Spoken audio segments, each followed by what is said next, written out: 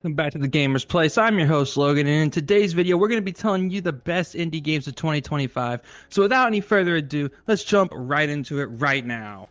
The first up on this list from the amazing creators that brought you Undertale is DELTARUNE. Now, the reason I'm putting this game on here is because chapters 3 and 4 just recently released, and this game is absolutely stunning. From the gameplay, which is a high-octane, intense, fun game where you're able to have 2D boss fights, you have the choices, all the stuff that you remember from Undertale and the original chapters of DELTARUNE are all here. They just added more and gave you amazing content that you can sink your teeth into and enjoy in both handheld mode, on your PC, on your console, whatever it may be that you want to play it on. This game is absolutely amazing, and the storyline is very underrated. Now, I know you guys are probably seeing the graphics and thinking that they're heavily pixelated. They are, but this game has such an art style that it's very gorgeous and jumps off the screen. So I love DELTARUNE, and I think that all of you should try it out if you haven't already. So be sure to check this one out as soon as you can. Now, up next on this list is Citizen Sleeper 2, and this is a dice-driven RPG in a human and heartfelt sci-fi world. You are an escaped android with a malfunctioning body, a price on your head, and no memory of your past. Get a ship, find a crew, and take on contracts while you navigate across the Starward Belt. Now, this game is really cool because it's story-rich. You get to really bond with your cast of characters and things that you find throughout the game. And it's also got a very interesting art style, which that's something with these indie games that you're going to notice me saying a lot, is that there is a very great art style in a lot of these games. And on top of that, I just love the cyberpunk aesthetic and the management gameplay and the dice rolls that you get and the just RPG elements that I feel this game nails perfectly. So, if you want to play an awesome game in a cyberpunk sci-fi type setting that gives you a bunch of management options, a bunch of really cool characters, and on top of that, really interesting gameplay loops, I think you're going to absolutely love Citizen Sleeper 2 on any device you can play it on.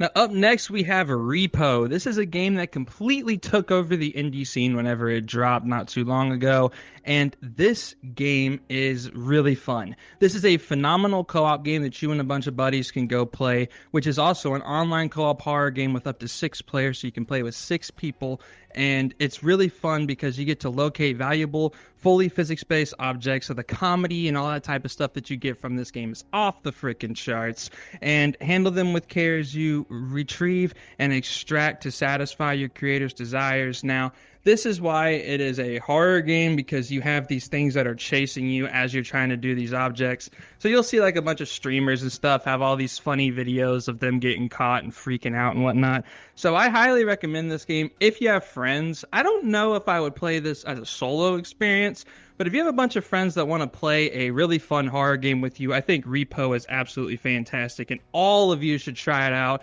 on your PC because this game is immaculate, really funny, and really fun, and at the same time, also very cheap. Now, up next, we have a very cool, unique platformer in Ruffy and the Riverside. This game is absolutely fantastic because it allows you to take control of the levels in any way that you see fit, and allows you to enjoy yourself in this 3D platforming world. Now, I've seen so many cool gameplay clips and stuff from this on top of what I've actually been able to do myself in the game, and there's just so much fun to be had here. This game also has a really cool art style, which is kind of like this, I don't even know what to call it, like a cartoon paper mache type thing where it's a 3D platformer, but the character also feels kind of 2D-ish. It is really hard to explain, but this game is just so beautiful, unique, and fun. So I cannot recommend Ruffy and the Riverside enough to anybody who wants to play a phenomenal 3D platformer. And for all my Steam Deck subscribers out there, yeah, this game runs immaculately on the Steam Deck, and pretty much anything that you play it on. I mean, I've also tried this game on Switch too, and it works absolutely phenomenal there as well. So be sure to check out Ruffy and the Riverside, because this game is just so dang good, and it deserves to be played by anybody who loves 3D platformers. Now, up next, we have a beautiful game from the people that brought you Abyssus, The Pathless, and Journey, and that is Sword of the Sea. This is an atmospheric surfing adventure with fast movement inspired by classic snowboarding and skateboarding games. And this game is absolutely beautiful because you surf across magnificent waves of sand and glistening waters on an epic quest to restore a lost ocean. So this game is beautiful, chill, low-key, or as they say, cozy nowadays game. So if you love a cozy game and you want to just have something that you can just chill with and enjoy and just kick back and relax, because there's little to no challenge in this game, I will say that. It's mostly just a calming, soothing type of thing. So if you want to just relax, maybe you're having a rough day, I highly recommend Sword of the Sea, because it'll definitely help relax you and give you beautiful visuals as you're doing it. And this game also is another one that runs pretty good on the Steam Deck, pretty good on like anything that it's on really. So if you want to play this on PC, Steam Deck, console, whatever it may be, this game should run pretty good and look gorgeous as you're playing it. So check out Sword of the Sea. So up next on this list is the amazing action roguelike Megabonk.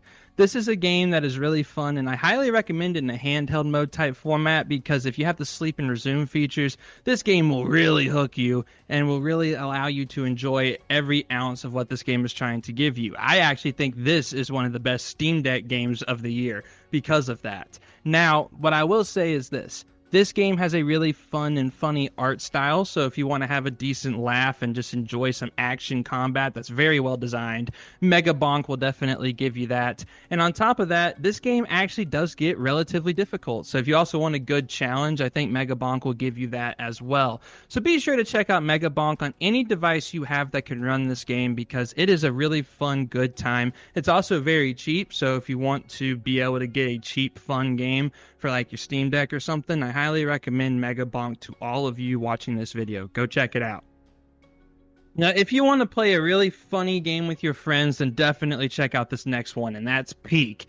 Peak is an absolutely fantastic climbing game with an amazing physics engine that gives you some really funny moments that you and your friends can laugh at. This is a game that works on 99% of devices too, so if you only have like a Steam Deck or some type of handheld that you can play this on, then definitely still check it out, because it'll work great on there. And on top of that, this is a game that you can play with all of your friends. This is a game that is really fun, and honestly, you can go through and play this with your friends, get some good laughs, and get some really good viral moments for YouTube and stuff if you guys care about that, as well as this was a big-time streamer game. So if you guys want to enjoy a really funny, over-the-top, physics-based climbing game that you get to, troll your friends and stuff in, definitely check out Peak, because I think that you will love this game with all your heart.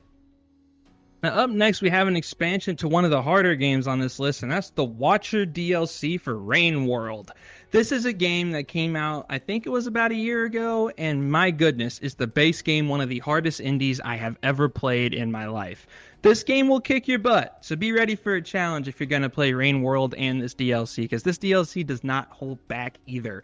This is a very challenging, fun, atmospheric game that if you're into a great art style with a lot of exploration and the ability to learn how to survive, and also knowing that every single enemy is going to absolutely obliterate you if you don't go through the game correctly, then definitely check out the Watcher DLC for Rain World, because this is one of the best action-packed, challenging games that'll have your heart beating every single time you see an enemy, and it'll have you praying that enemies do not show up, because honestly, when they do, it is horrifying in this game, because one bad move and you're done. So check out Rain World on any device that can run this game, because it is very fun. Now, up next, we have the phenomenal sci-fi roguelike that is Abyssus. Now, this game is relatively newer on this list, and it runs great on everything. It's really fun, and let me tell you guys, this is one of the better FPSs I have played in a while. This game is also a co-op game, so if you want to play with up to 4 friends, you can definitely do that here and enjoy every single second of Abyssus with your buddies. And on top of that, this game has some really good roguelike elements, because you get to choose your loadouts, blast through the corrupted denizens of a sunken civilization, and wield godly powers in a fast-paced FPS roguelike brine punk adventure. So if that sounds fun to you, be sure to check this game out, because I actually think this is one of the more underrated indies of the year. I don't see a lot of people talking about Abyssus, but this game is absolutely fantastic, and if you love FPS game roguelikes that you can play with your friends, this is one of the best ones you can pick in 2025. Now, up next is the absolutely fantastic beat-em-up roguelike fantasy game with local co-op, and that is Absolum. This is the newest game on this list, came out about a week ago, and let me tell you guys, this game is so freaking good. Everybody please pick up this game. I don't see a lot of people talking about Absolum, and I don't know why. If you're a big time fan of indie games, beat 'em ups, and you really liked games like Streets of Rage 4 or the TMNT game that came out a few years ago, pick this one up. This is literally Streets of Rage 4 in a fantasy setting. So if you love Streets of Rage and you want to play that but with swords and knives and arrows and elves and stuff like that, then this is the game. It is so freaking fun to play this. I cannot get enough of it. And I know it's only been out a week, so we do have some potential updates and things of that nature that can come out and make this game a lot better. I'm aware of that. But man, get in on this one early. I'm telling you, it's even on sale right now on Steam, man. Like, this thing is on sale. I think it's about 15-20% off right now. So go check out Steam right now and pick this game up, because I cannot talk enough good things about how much fun I've had playing this addicting gameplay loop with this really interesting setting, with the really cool characters, and on top of all of that, just enjoying everything that this amazing indie game brings to me. So please check out this game. I want another game like this very soon, because this one is so much fun. Pick it up when you can. The Achilles Survivor from Dark Point Games. Now, this is a top-down bullet hell roguelike set in a world of Greek mythology, and it moves really fast. You play as Achilles or other legendary souls trying to escape Tartarus, fighting off endless waves of mythological enemies. Now, the twist is the structure building mechanic. Mid-run, you can place traps, healing shrines, and summon allies to completely change how the battlefield plays out. Runs are short and frantic, with plenty of permanent upgrades to unlock between attempts. It's intense, tactical, and perfect for anyone who loves roguelikes with a bit more depth. Definitely check it out. At number 9, we've got The Alters from 11-Bit Studios. Now, this is the team behind This War of Mine and Frostpunk, and this one is a thoughtful sci-fi survival adventure about a single man stranded on a hostile planet who has to create alternate versions of himself in order to survive. Now, each one is shaped by different life decisions, and the game is kind of part base building, part narrative drama, and it constantly forces you to think about not just your resources, but also the relationships that you build between your alters. The story digs deep into identity, regret, and survival, and the pacing keeps you invested all the way through. Now, it should take around 15 to 20 hours to wrap up. This is a game that won't be for everyone, but if you enjoy the genre, it's definitely worth taking a look at. Alright, number 8 goes to Shape of Dreams, developed by Lizard Smoothie and published by NeoWiz. Now, this is a unique action roguelike that blends fast-paced hack-and-slash gameplay with co-op and MOBA-like team dynamics. You'll choose from 8 different travelers, each with distinct abilities, and tackle lucid dream modifiers that reshape the rules for every run. Whether you're playing solo or teaming up with friends, the game constantly throws new combinations at you, making every session feel just a little bit different. It's got a sharp combat system, loads of build variety, and that one more run kind of vibe that makes roguelike so addictive. Difficulty will scale with the modifiers that you use. That means it can get intense really fast if you absolutely have to have that challenge. Either way though, definitely check out Shape of Dreams. At number 7 is Blueprince from Raw Fury. Now, this is a brilliant puzzle adventure game set in a mysterious manner that rearranges itself as you explore. Every time that you open a door, you'll choose the room's layout like you're drafting up a blueprint. It's part puzzle, part exploration, with a touch of mystery that slowly unravels the story behind the house and all of the secrets that it holds. Now, the room drafting mechanic is incredibly satisfying once it clicks and you kind of get the hang of it, and the daily reset system encourages experimentation and clever planning. It's a smart, well-paced game with around 15 to 20 hours of content, and of course there is plenty of replay value. If you haven't played this one yet, definitely add it to your radar.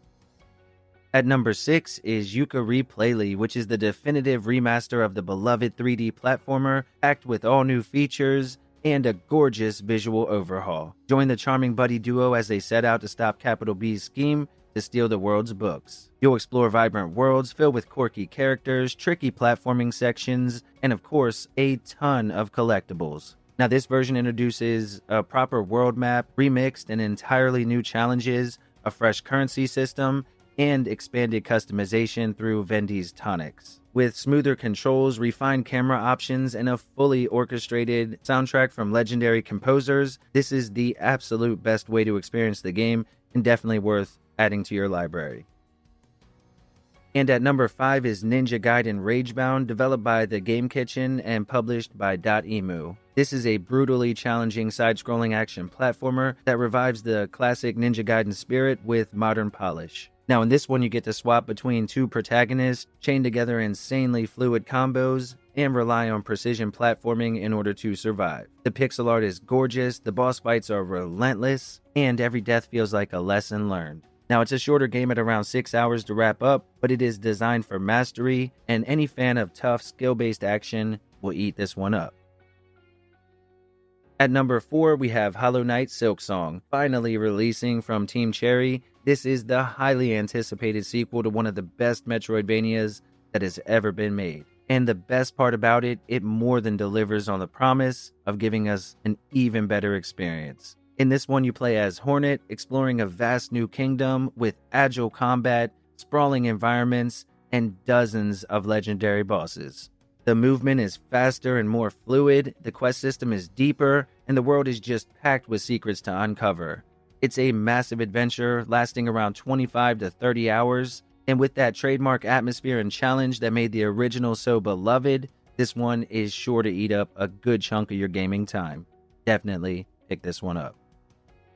Alright, and taking the third spot is Hades 2 from Supergiant Games. Now this is another sequel that takes everything that made the original great and then layers in new systems, witchcraft mechanics, familiars, expanded areas, and even richer storytelling. The combat is tight and fast, the art direction is stunning, and every run feels meaningful thanks to how the narrative evolves with your progress. The amount of build variety and experimentation here is just almost overwhelming. It's challenging but always fair and extremely addictive. Obviously, this is a must-play for any fan of the genre or if you enjoyed the first game. Alright, and our runner-up at number 2 is Cronos, The New Dawn, developed by Bloober Team. This is a third-person survival horror game, and it stands out for its eerie atmosphere and incredibly unique merging mechanic. What this means is if you don't burn enemies after defeating them or take out the extra bodies that are laying around, the enemies may end up fusing into stronger, more terrifying creatures. And if you let this happen too much, they can overrun you. It is really easy to die in this game. Now it blends retro futuristic environments with time shifting, puzzles, and some genuinely intense encounters. The tone is unsettling throughout with limited resources and smart enemy design that keeps you constantly on edge. If you're a fan of classic survival horror with a modern twist, this is a fantastic game and one of the best first entries into a brand new survival horror series that I've seen in many years. Bloober Team did a great job, and if they want to put out a new survival horror game every year or two, I will be there day one to pick it up. Well done, and bravo to the team over there. Thank you for an amazing game this year. Alright, and finally, taking the number 1 spot, this is probably no surprise, but we have Clair Obscur, Expedition 33. This one was developed by Sandfall Interactive and published by Kepler Interactive. Now, this is a stunning turn-based RPG that blends cinematic real-time reactions into every encounter. You'll parry, dodge, and free aim in beautifully staged battles, all set in a surreal and gorgeous world. The story follows an expedition to stop a mysterious figure who's erasing lives from existence. The game is incredibly emotional and really fresh feeling, and it came out of nowhere. If this one doesn't win Game of the Year, it'll be a shame, but even more than that, if the soundtrack doesn't win some kind of award, it is one of the best soundtracks you will hear in any game in any genre from any year. With around 30 hours of gameplay, a deep combat system, this is a bold, unforgettable RPG that has earned its top spot this year, at least in my opinion. Alright folks, that's the list. This year's lineup has been nothing short of incredible. But of course, I'm curious to know which one of these have you played, and what's your personal game of the year? Drop your picks down below in the comments, and if you had a good time, don't forget to like and subscribe, all that good stuff. Thanks for watching, and I'll catch you on the next one.